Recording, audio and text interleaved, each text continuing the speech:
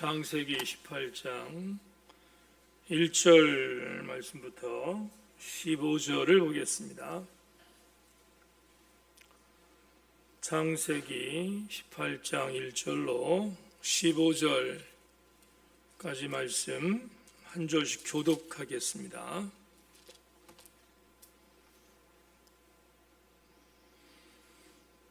여호와께서 마므레의 상수리 나무들이 있는 곳에서 아브라함에게 나타나시니라. 날이 뜨거울 때에 그가 장막문에 앉아 있다가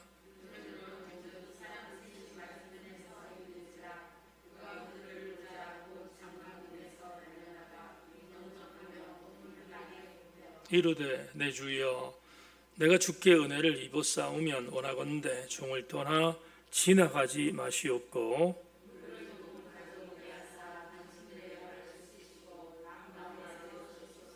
내가 떡을 조금 가져오리니 당신들의 마음을 상쾌하게 하신 후에 지나가소서. 당신들이 종에게 오셨음이니이다.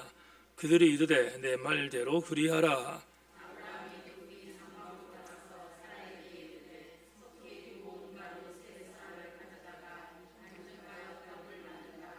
아브라함이 또 가축대 있는 곳으로 달려가서 기름지고 좋은 송아지를 잡아 하이 내게 주니 그가 급히 요리한지라.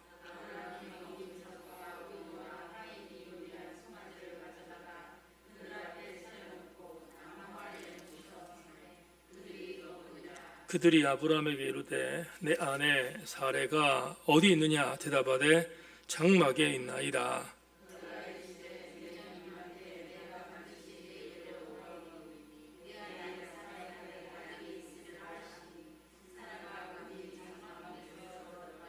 아브라함과 사라는 나이가 많아 늙었고 사라에게는 여성의 생리가 끊어졌는지라.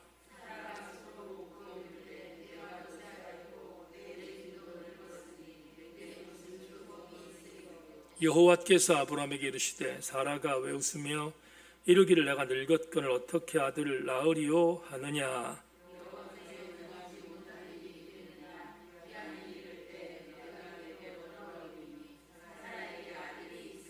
같이 합시다. 사라가 들어와서 불의하여 이르되 내가 웃지 아니하였나이다. 이르시되 아니라 내가 웃었느니라. 아멘. 하나님, 듣는 귀도 열린 마음도 허락하셔서 수요 저녁 예배의 무더운 가운데 우리가 혹여나 지칠 수 있는 육체적인 상태이지만 주 앞에 나왔사오니 반드시 은혜 받고 돌아가게 하여 주옵소서. 성령님 이 자리에 좌정하셔서 한 사람 한 사람에게 영적 감동을 허락하여 주옵소서. 아침부터 종이 기도하는 가운데 말씀을 준비했습니다. 종은 도구로만 사용하시고 주님이 자유자재로 역사하셔서 하나님의 선한 뜻과 말씀하실 아름다운 은혜를 그대로 전달하게 하여 주옵소서. 하나님의 은혜를 기대하며 예수 그리스도 이름으로 기도 올리옵나이다. 아멘. 말씀에 기도를 거십시다. 인사합니다. 말씀에 기도를 거십시다.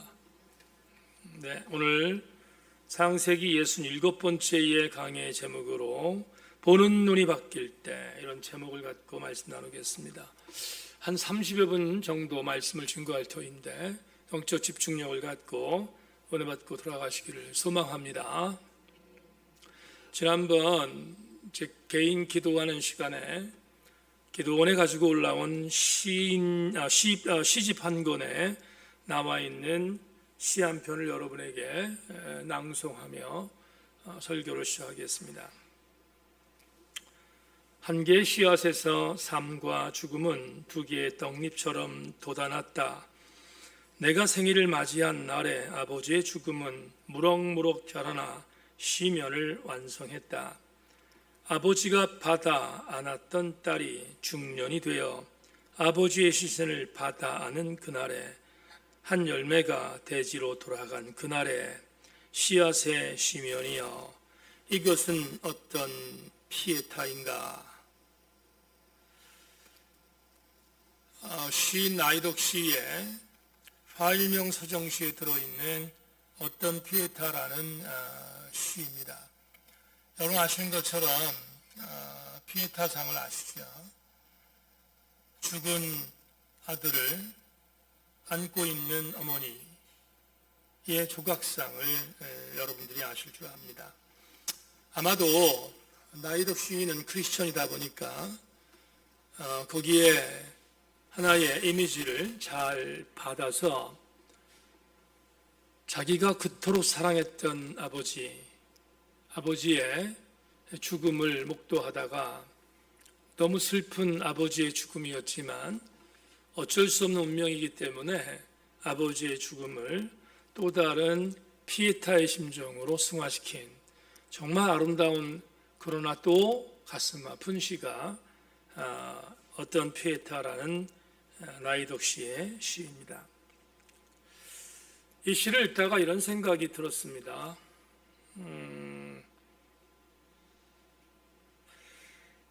나이가 든다는 게 뭘까? 나이가 든다는 게 뭘까? 굉장히 많은 문장으로 정의할 수 있을 것 같습니다. 그런데 보편타당하게 말씀을 드린다면 나이가 든다는 것은 보는 시각이 달라진다라는 의미가 아닐까 하는 생각을 합니다.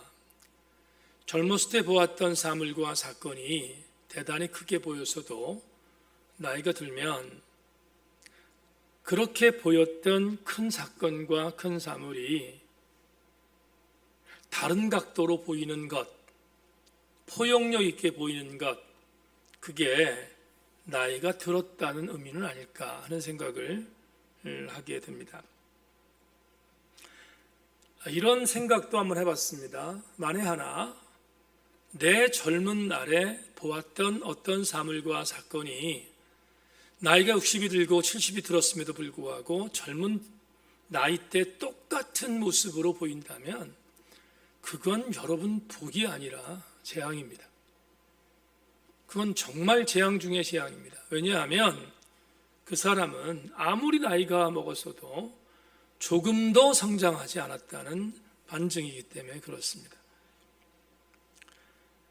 한 4, 5년 전에 주일날 예배 때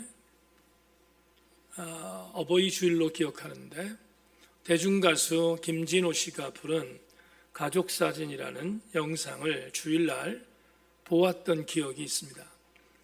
가족사진이라고 하는 이 노래의 1절 가사가 이렇게 쓰여져 있습니다. 바쁘게 살아온 당신의 젊음에 의미를 더해줄 아이가 생기고 그날에 찍었던 가족사진 속에 설레는 웃음은 빛발에 가지만 어른이 되어서 현실에 던져진 나는 철이 없는 아들이 되어서 이곳 저곳에서 깨지고 또 일어서다 외로운 어느 날 꺼내본 사진 속 아빠를 닮아 있네. 저도 이 겸을 하거든요. 근래 거울을 보면 제 아버지가 보입니다. 거울을 볼 때 아빠를 닮았다고 생각하는 기쁨은 철이 없던 나이 때는 절대로 경험할 수 없습니다. 아빠를 닮아 있네, 엄마를 닮아 있네라고 표현한다면 그건 나이가 들어 삶의 지난 자욱들을 경험한 결과물 가운데 있어지는 일이 분명합니다.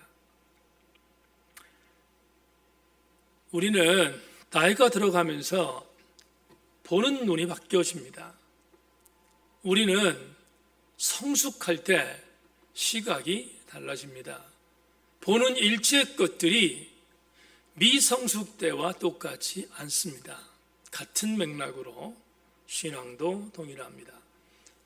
신앙적인 부분에 있어서의 철로역정을 함께 여행하는 우리들이 미성숙의 신앙인 때보다 성숙의 신앙인 때 경험하는 것은 영적 시각이 달라진다는 것이겠지요. 보는 눈이 달라지는 것, 영안으로 보는 눈이 달라지는 것, 그것은 신앙의 성숙의 결과물이 분명합니다. 오늘 본문은 마므레 상수리 나무 숲으로 아브라함을 찾아오셔서 아브라함을 만나시는 하나님의 기사가 실려 있습니다. 우리는 이것을 종종 신앙적인 용어로 세오파니, 신현현이라는 단어를 씁니다. 하나님께서 직접 오셔서 인간을 만나주는 기사, 인간을 만나주는 장면, 이것을 일반적으로 세오파니, 신현현이라고 이야기합니다. 하나님은 마므리 상수리 나무 근처에 살고 있었던, 즉 헤브론에 살고 있었던 아브라함의 장막으로 찾아오셨습니다. 찾아오신 날짜를 성경이 명시하고 있지 않기 때문에 언제 어느 날 찾아왔는지는 알 수 없지만, 한 가지 분명한 성경의 보고는 하나님께서 아브라함을 찾아온 날은 날이 뜨거운 날이었음을 적시하고 있습니다. 또 한 가지의 정보는 이삭이라는 아들이 태어나기 1년 전쯤으로 추측되는 날, 하나님은 아브라함을 찾아오셨습니다. 본문을 조금만 더 깊이 들어간다면 하나님께서 아브라함을 찾아온 그날은 대단히 뜨거웠던 날임이 성경에 기록되어 있습니다. 아마도 날이 뜨거우니까 장막의 안에서 아브라함은 쉬고 있었을 것입니다. 쉬고 있던 아브라함이 눈을 들어 보니 장막 맞은편에 세 사람이 서 있는 것을 보았습니다. 이 광경을 목도한 아브라함은 곧바로 길 맞은편에 있는 세 사람에게 달려갑니다. 그리고 그 세 사람에게 이렇게 말합니다. 본문 3절부터 5절 여러분 따라오십시다. 이르되 내 주여 내가 주께 은혜를 입어 싸우면 원하건대 종을 떠나 지나가지 마시옵고 물을 조금 가져오게 하사 당신들의 발을 씻으시고 나무 아래서 쉬소서. 내가 떡을 조금 가져오리니 당신들의 마음을 상쾌하게 하신 후에 지나가소서. 당신들이 종에게 오셨음이니이다. 그들이 이르되 내 말대로 그리하라. 다시 한 번만 장면을 소개하겠습니다. 아주 뜨거운 어느 날 아브라함의 장막, 집 건너편에 서 있는 세 사람을 발견했던 아브라함이 그들에게 가서 아주 간곡하게 간청합니다. 우리 집에 들어오셔서 잠시 쉬고 가라는 것입니다. 그러자 뜻밖에도 이 세 사람이 그렇게 하자 이렇게 이야기를 하고 아브라함의 장막으로 들어왔습니다. 아브라함의 장막에 들어온 세 사람을 접대하기 위해서 아브라함이 급히 반응했던 내용이 나옵니다. 그 반응했던 내용은 이런 것이었습니다. 아내 사라에게 손님이 왔으니까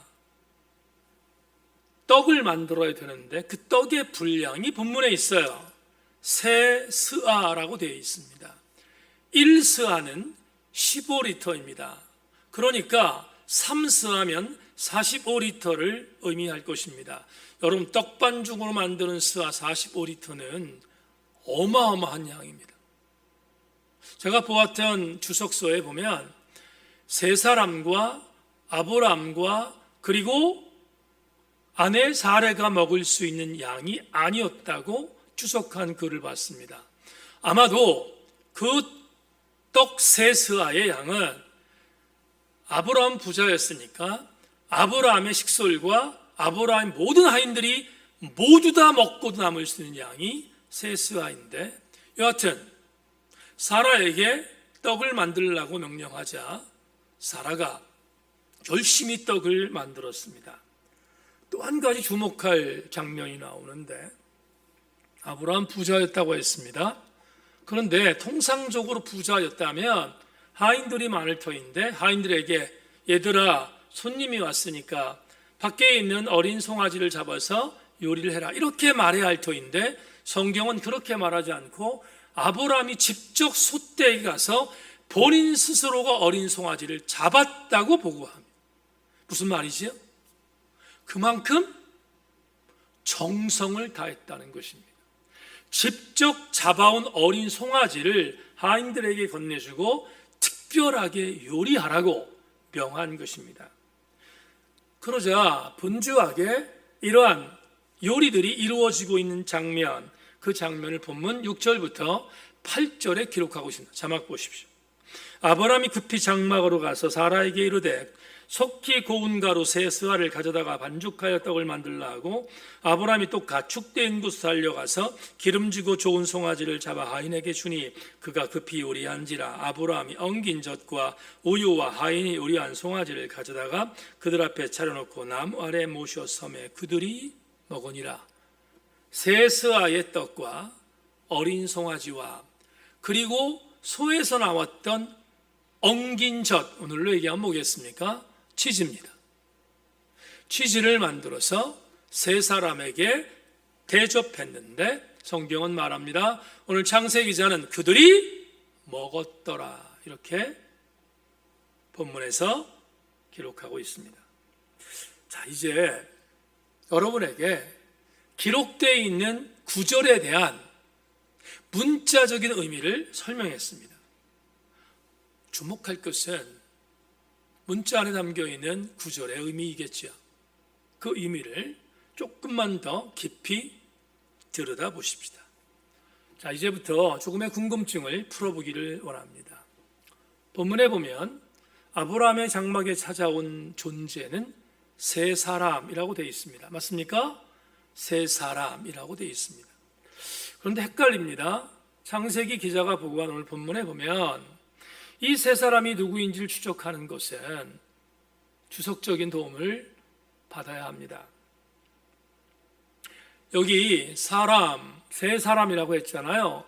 세 사람이라고 표현한, 사람이라고 번역된 히브리어 이샤는 성인 남자를 가리키는 단어입니다. 그러니까 추측하기로는 성인 남자 3명일 것이다 라고 추측하는 것은 어렵지 않습니다. 문제는 지금부터입니다.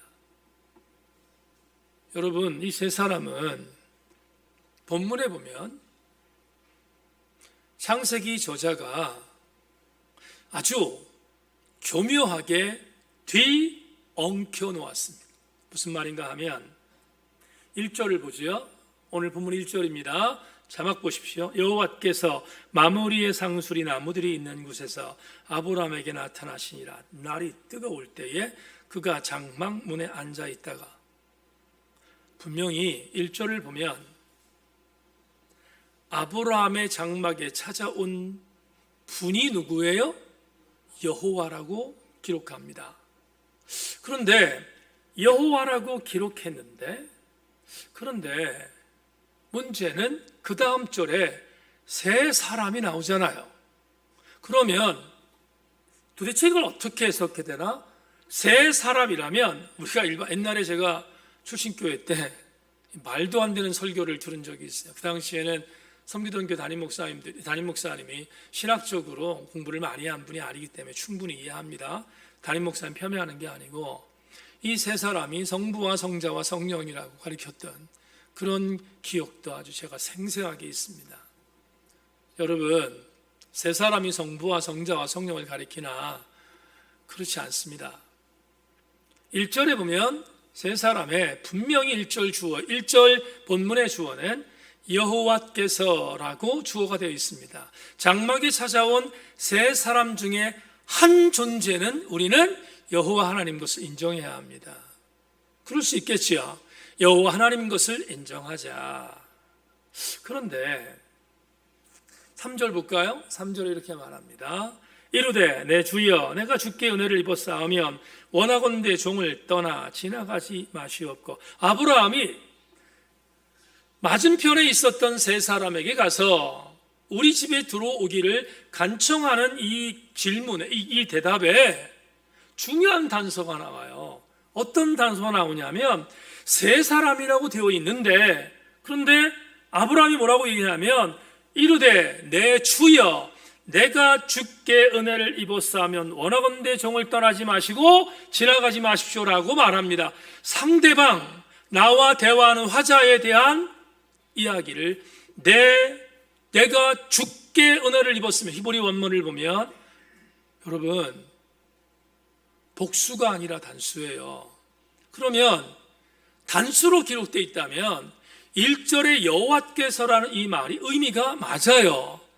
여호와 한 분이라고 생각하니까 단수인 주께라는 단어로 3절에 해석한 것은, 말한 것은 당연한 일일 것이다 이 말이에요. 그런데 그렇다면 도대체 세 사람이 왜 나왔는가?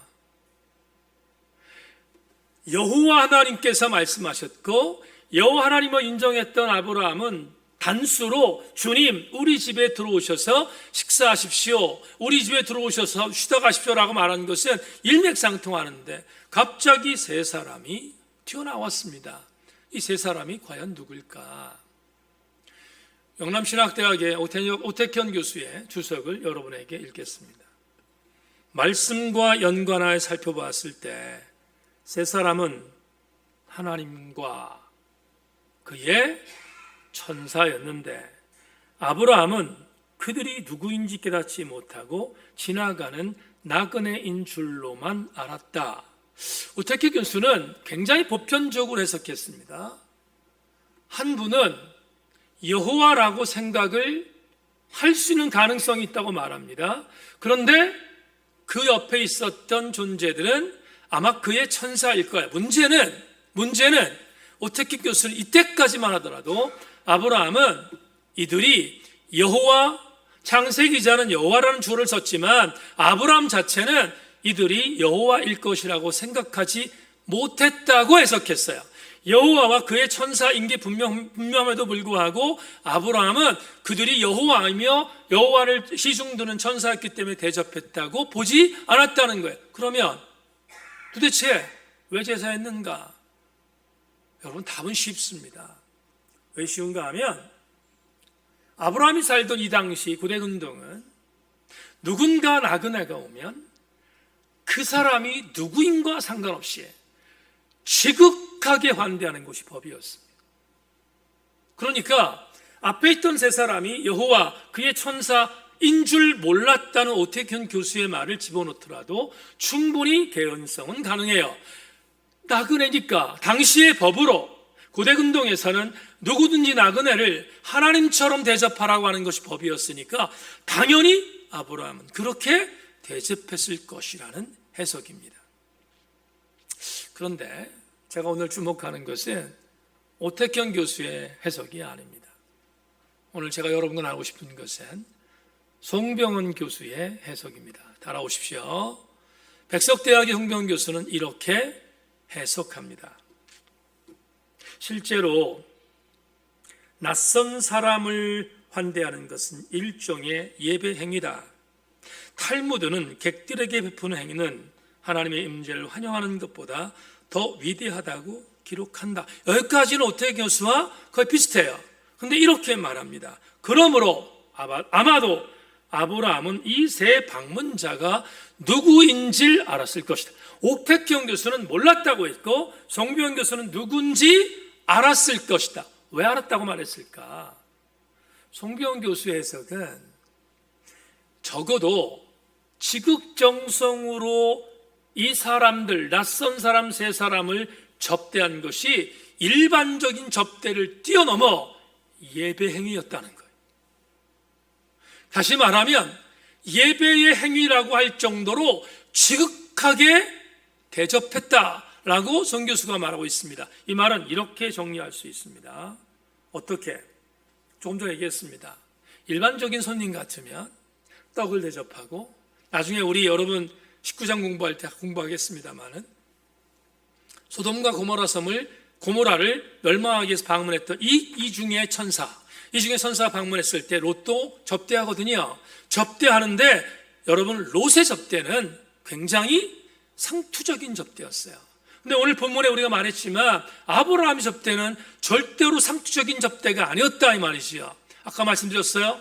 고운 가루 세 허스와 45리터로 떡을 만들고 정말로 좋은 송아지로 고기를 만들고 그리고 치즈까지 대접하는 지극정성의 대접이었다. 홍병원 교수는 여기에 차감해서 이렇게 말합니다. 이건 예배 행위였다는 거예요. 그렇다면 우리는 아브라함에게서 한 가지를 발견합니다. 이제 말씀드리겠지만 아브라함에게서 무언가 하나를 발견합니다. 뭔가 하면 말씀드리겠지만 우리가 나오는 9절 이하에 보면 아브라함과 사라가 내년 이맘때쯤 아들이 있을 거라고 말했던 여호와께서 말씀하셨던 내용을 웃잖아요. 다시 말하면 확신하지 못했어요. 하나님이 아들을 준다는 것을 아직도 미성숙하여 확신하지 않았어요. 그런데 오늘 본문을 보면 한 가지 주목할 것은 아브라함에게 조금의 변화가 느껴지는 거예요. 여러분 17장에서 보았던 아브라함의 웃음 공부했잖아요. 18장 초기에 공부했던 아브라함의 웃음은 여러분 내가 하나님을 믿지 못하겠다는 불신의 모습이었는데 오늘 본문에 보면 하나님께서 아브라함에게 다시 컨펌, 리컨펌, 다시 컨펌, 다시 확인, 다시 확인하는 아들을 준다고 하는 이 확인의 과정을 통하여 아브라함이 조금씩 영적인 부분의 시각이 열리고 있음을 이 예배 행위를 통하여 발견할 수 있다는 것입니다. 송병원 교수의 해석을 저는 동의합니다.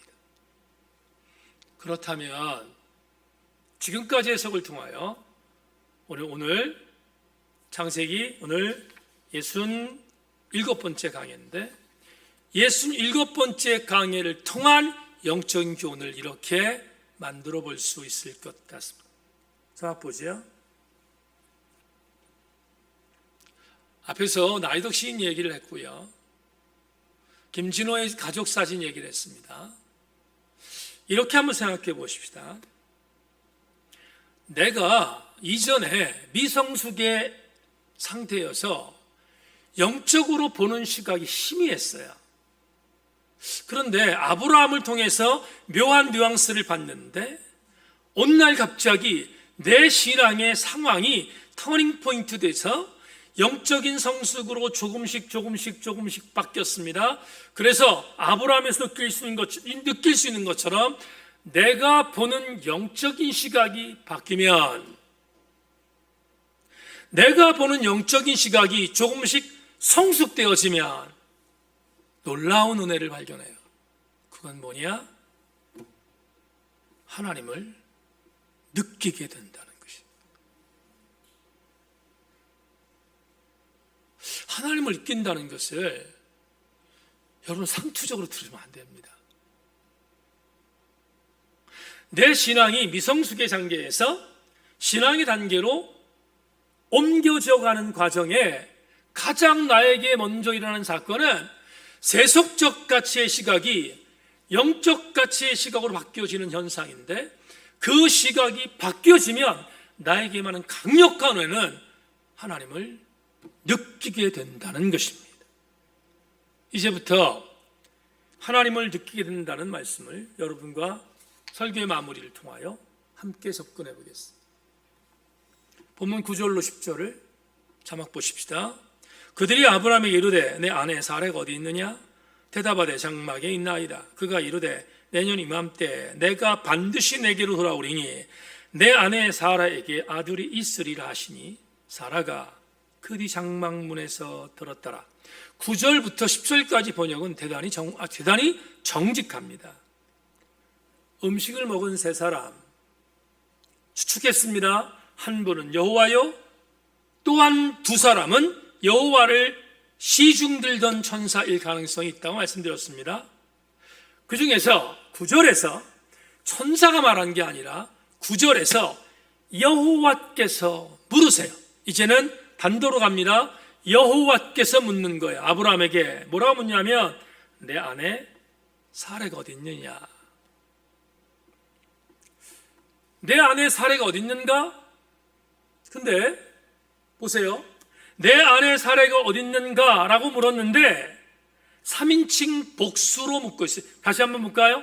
그들이 아브라함에게 이르되 내 아내 사라가 어디 있는가. 그들이라고 하는 말을, 그들이란 말을 3인칭 복수로 보는데, 그러면 세 사람이 물었다고 우리가 생각할 수 있는데, 주목할 것은 뭐냐 하면 아브라함의 대답이에요. 자, 묻는 것은 3인칭 복수의 세 사람으로 부른 것으로 창세기 기자가 말하고 있는데, 대답이 중요해요. 대답이 어떻게 대답하고 있습니까? 다시 9절. 그들이 아브라함에게 이르되 내 아내 사라가 어디 있느냐. 대답하되 장막이 있나이다. 보세요. 그 다음에 나오는 주어가 있어요. 그들이 아니라 뭐라고 돼 있어요?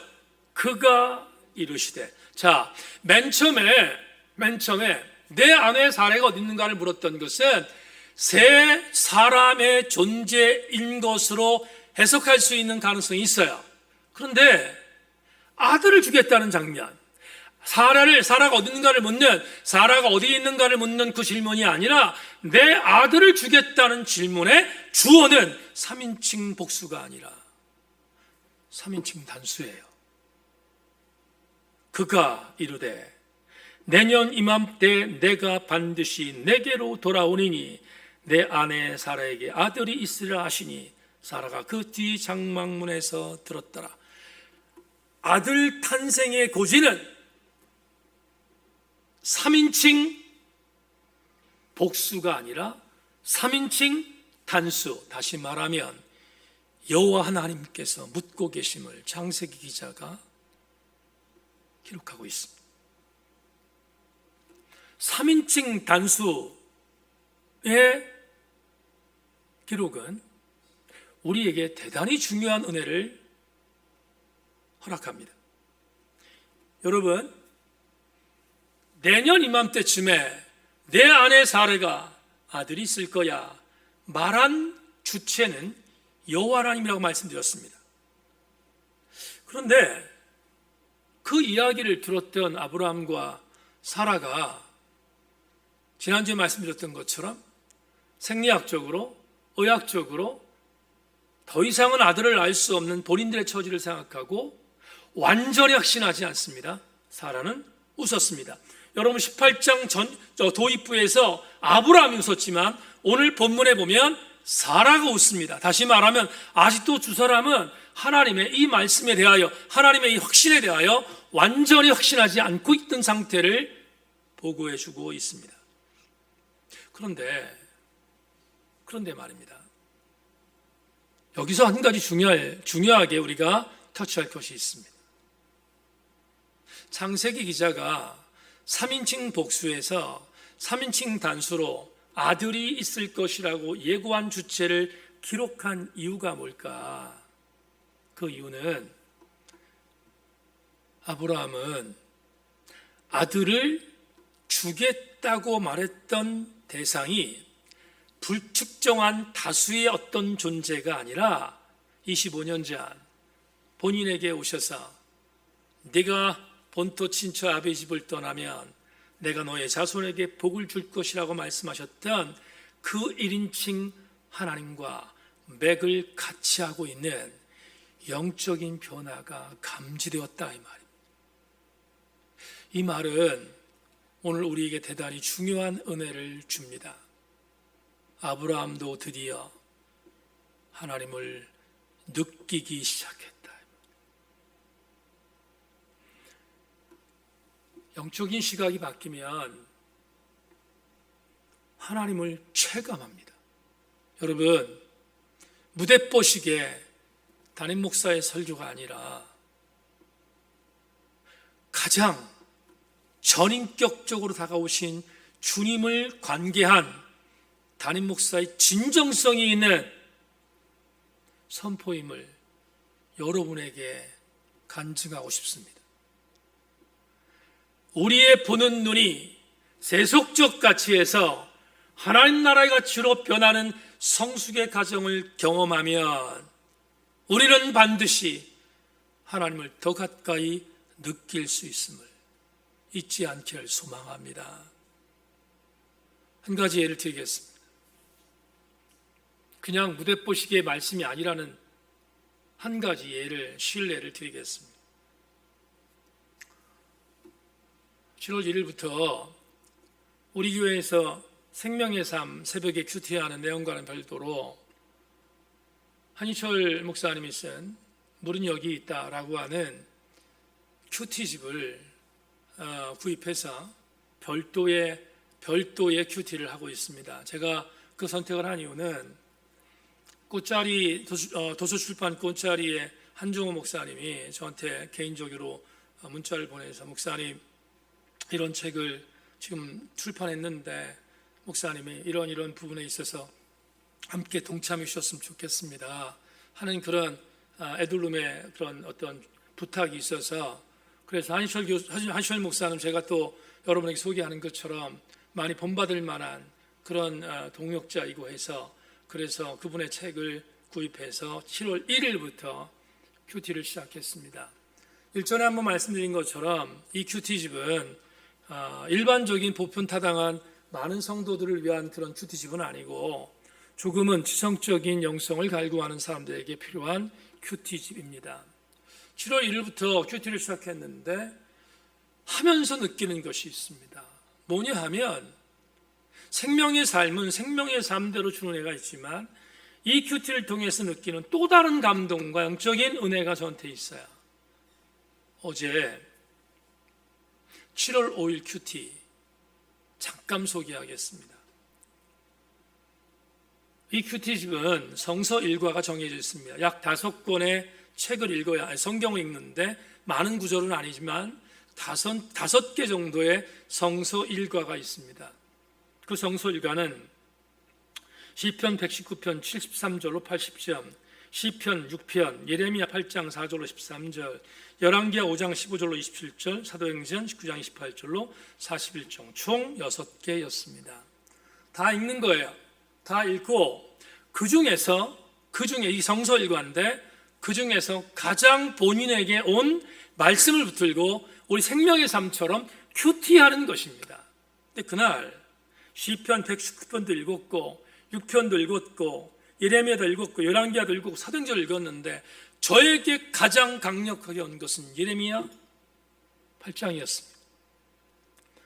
예레미야서를 읽는데 예레미야 8장 14절 13절 말씀을 읽는 중 예레미야 8장 8절이 저에게 타격했습니다.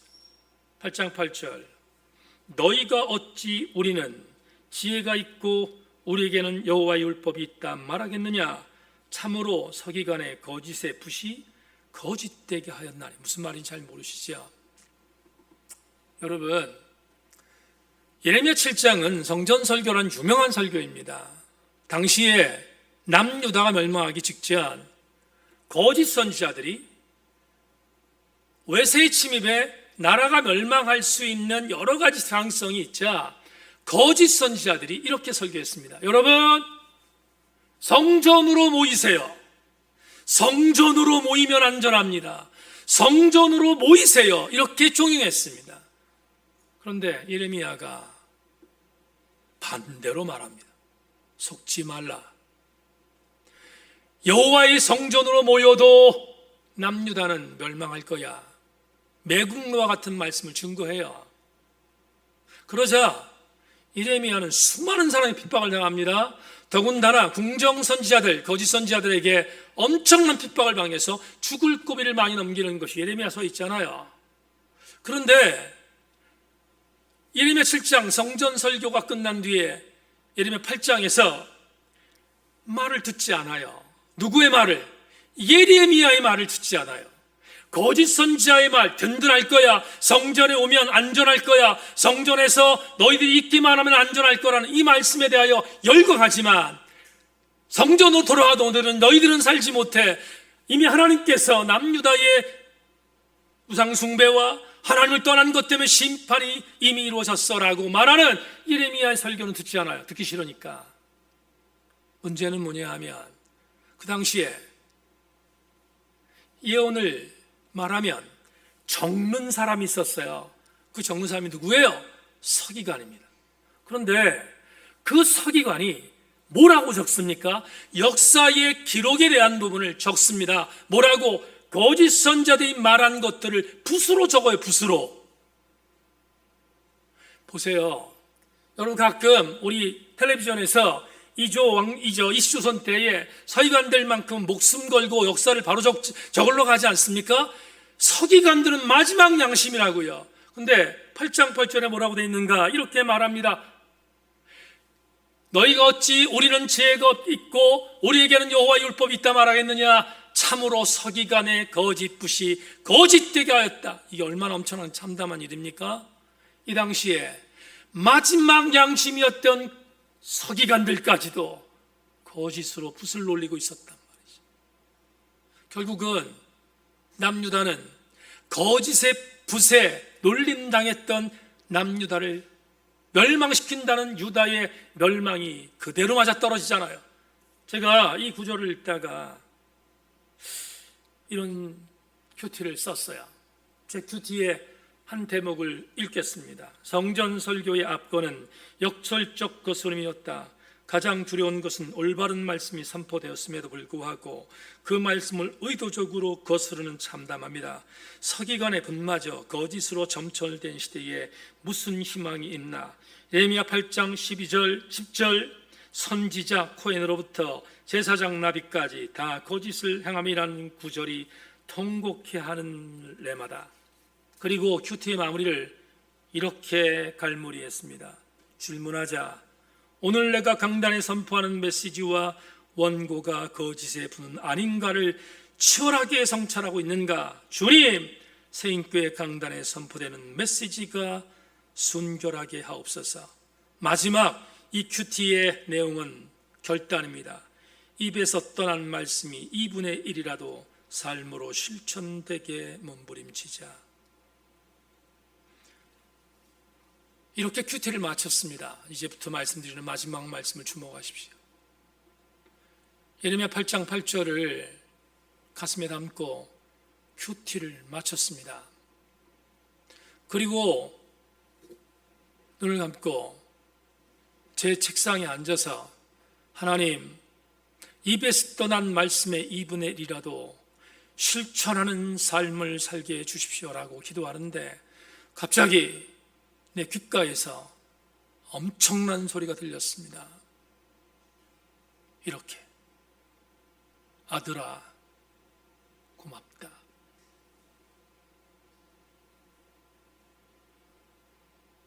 오늘 설교에 어제의 간증을 왜 하는가? 이유가 있습니다.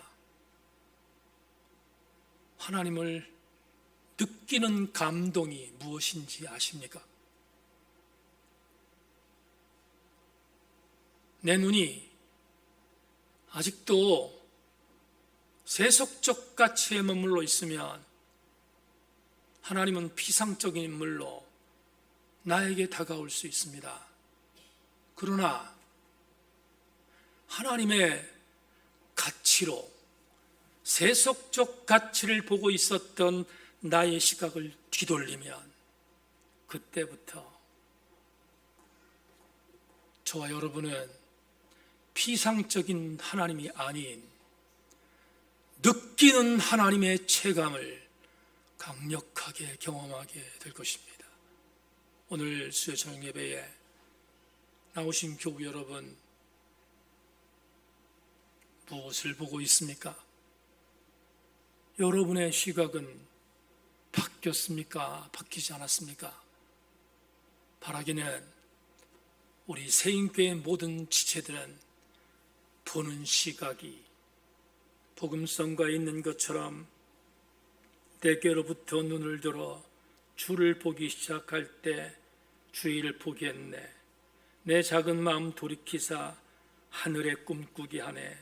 주님을 볼 때 내게로부터 눈을 들어 주기 불을 보기 시작할 때 주의 일을 보겠네.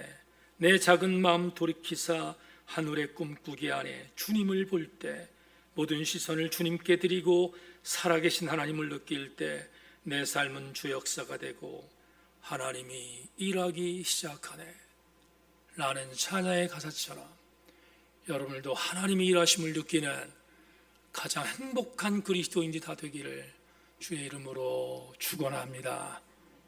하나님 감사합니다. 오늘 창세기 67번째 강의를 통하여 아브라함의 시각이 조금씩 변하여 하나님을 느끼고 있음을 나누었습니다. 존귀하신 주님, 아브라함뿐이겠습니까? 오늘 우리도 나의 신앙적인 가치가 발전할수록, 성숙하면 성숙할수록 하나님을 느끼게 됨을 기억하고 우리의 시각이 하나님을 바라보는 시각으로 변화되게 하여 주시옵소서. 오늘 저녁에 함께 모여 예배하는 우리 모든 세인교회 교우들, 하나님으로부터 나를 통하 일하시는 아름다운 일들을 보게 하여 주시옵소서. 감사드리며 예수 그리스도 이름으로 기도 올리옵나이다.